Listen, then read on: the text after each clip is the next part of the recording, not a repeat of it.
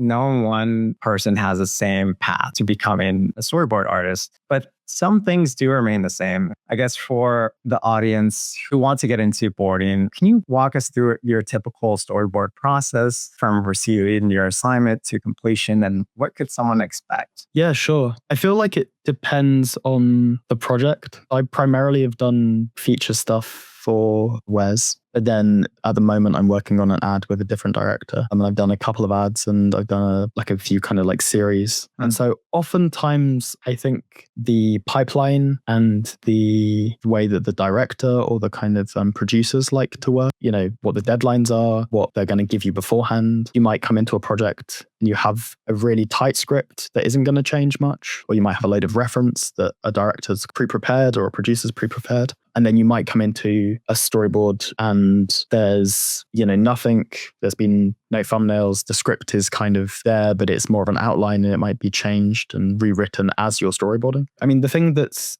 in common is usually you have some sort of script. And so usually what I'll do is I'll read it a bunch of times, figure out what the general arc of the story is in a scene, like how a character is changing. And I'll start just doing some kind of little exploratory sketches, some thumbnails.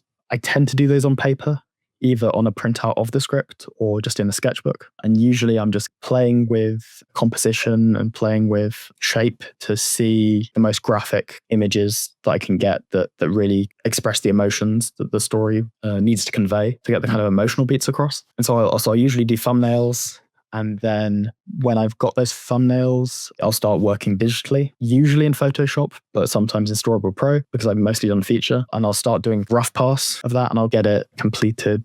And I'll send that either to my head of story or maybe the director if it's a smaller team and get notes on that. And then I'll probably clean it up, do some revisions, and then pitch it to the director, either email or a Zoom call, you know, and then it gets into the process of revisions.